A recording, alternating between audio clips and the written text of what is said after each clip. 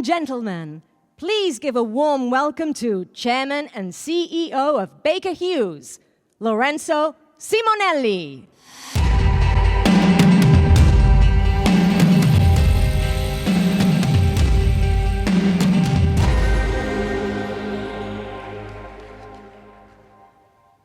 Good morning and welcome back to sunny Florence. It's great to see so many of you here. In fact, I'm glad to say that this is the largest annual meeting we've held, over 2,000 participants. And many of you here for the first time, over 50%, and covering a number of different industries, from oil and gas, to mining, to automotive, aerospace, hard-to-abate sectors, cement, metals. It is great to have you all here join us in this beautiful city of Florence for the next few days to discuss energy.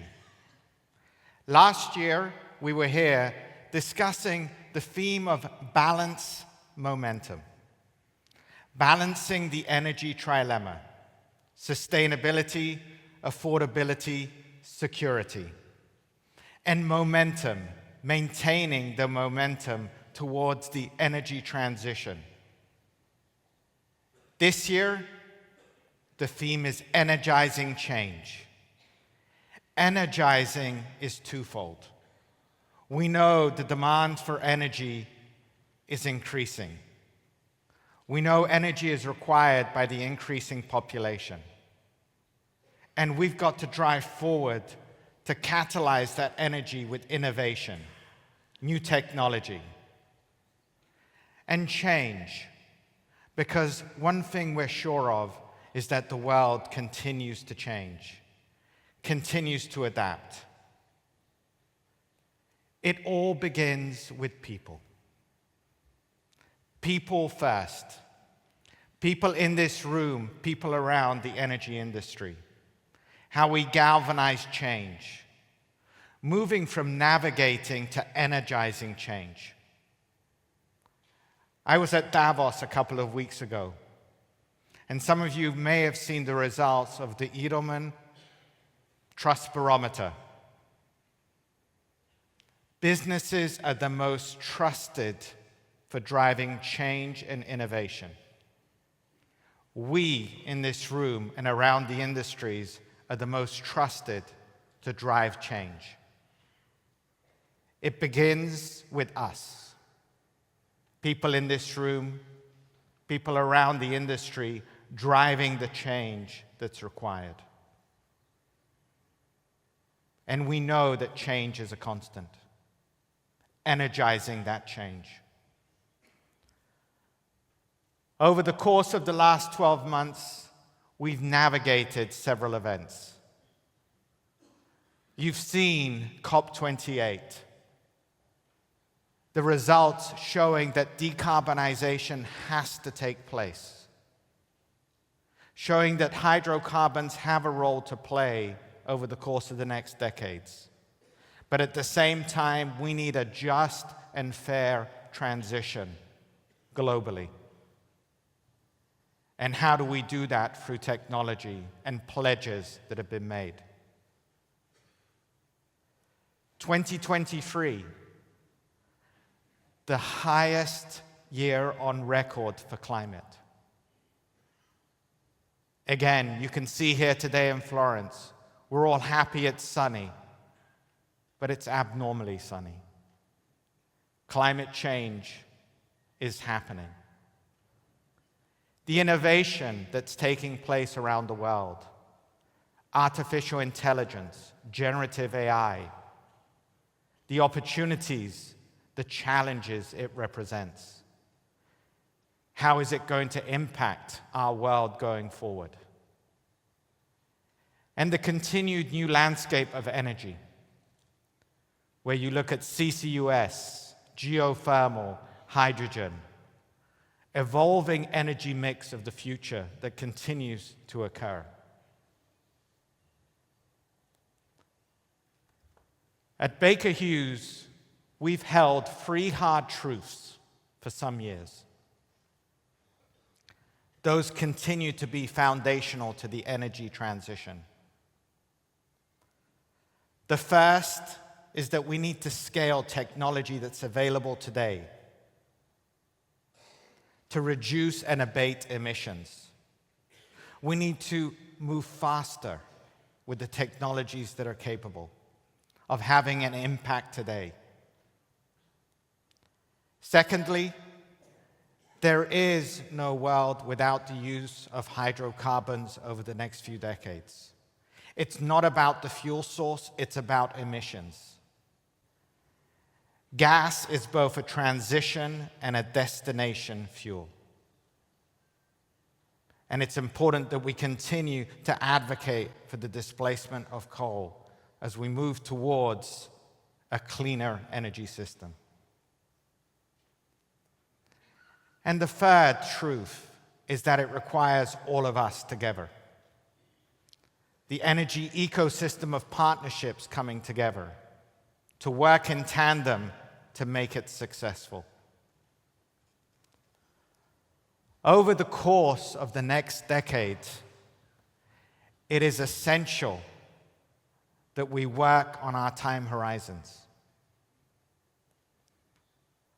As you look at deploying technology today that's available to reduce emissions, as we continue to innovate with the new technologies, but also realizing that by 2030, we're going to need to decarbonize. Projects will need to have decarbonization as a theme. It is not about 2050. It is about the next decade and about what we do between now and 2030. It is very much about a sustainable energy development. A sustainable energy development for this decade. What does sustainable energy development mean? Growth that meets our needs without compromising the ability of future generations to meet theirs. Providing the energy we need today and allowing that energy to be there in the future for others. Sustainable energy development. And how do we get there? We know sustainability, security, and affordability is key. But efficiency is a very important factor. Energizing change through efficiency. Being able to capture that efficiency in our operations. This is the decade of efficiency. Being able to reduce our carbon footprint by improving our operations. A decade of efficiency. If you look at the IEA study, today we improve efficiency about 2% a year. If we're able to double that to 4%, we can drive 50% reduction in CO2 emissions by 2030 per the Paris Climate Accord. Efficiency. A big aspect of the way in which we can move forward. Now, we at Baker Hughes take efficiency very seriously. And as you go through the solutions fair, I'd like to share with you some ideas. Mature asset solutions. What are mature assets? Mature assets are oil or gas fields that have been in existence 25 years or have produced 50% of their reserves. Today, 70% of the world's production comes from mature assets. And if we're able to improve the efficiency just by 1%, we can generate enough production that will satisfy 2 to 3 years' consumption. Mature asset solutions. And we at Baker Hughes have a variety of capabilities that we think will come to the forefront going forward. From production to water usage to well abandonment. Mature assets solutions is a theme that we think will be very important as we go forward. Last year on this stage, we launched Intelligent Operations in Action. We launched LUCIPA for well construction optimization. We launched Cordant for intelligent asset management. Well, I'm pleased to say that with your help in this room and many others, we're starting to see the successes. The successes of the way in which we're driving improved efficiencies, connected well sites, improved production efficiencies, LUCIPA, well construction optimization. On the intelligent asset management, being able to reduce downtime, assess anomalies, Cordant, again, yielding efficiencies within the industry. That is the way in which we can continue to drive forward. As you look at the second truth, gas plays a big role. In fact, gas is not just a transition, but a destination fuel. And it continues to be a big factor for many nations. And I'm pleased to announce today the largest single equipment order for Baker Hughes in the Kingdom of Saudi Arabia to support them in the master gas system, the development of gas for the kingdom, and continuing to support lower, cleaner emissions energy to the kingdom. Now, some of you may have seen the announcement a few days ago within the United States, placing a pause on the granting of licenses for exports of LNG. We don't agree with that. We think that gas is central to the energy mix going forward, and we think it's vital to continue to promote and support gas and LNG as a displacement to coal in the future. We also continue to focus on new energy, the new energy mix of the future. 36 months ago, we merely had less than $100 million of orders. Last year, we achieved over $750 million of orders. Tremendous growth in geothermal, CCUS, clean integrated power solutions, hydrogen, the evolution of the energy mix as we go forward. And I'm pleased to be able to announce and further strengthen the partnerships that we have around hydrogen today. Our partnerships with Air Products on being able to support the development of NEOM in the Kingdom of Saudi Arabia. Also, with regards to testing and having equipment ready to go for other projects around the world.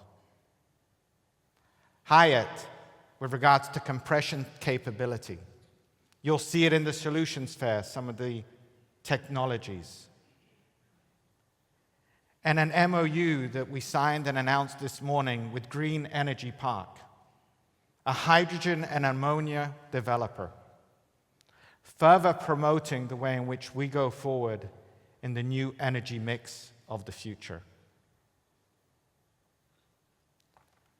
Yesterday, I had the pleasure of officializing the opening of the hydrogen and unveiling the Hydrogen Test Center that we've been using for some time here in Florence.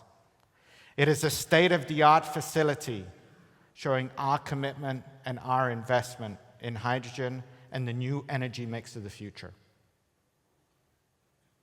Over 1,000 of you have registered to go and see our facilities. I hope you enjoyed as much as I did what I saw yesterday, the way in which we're taking energy forward and investing in the new energy mix of the future.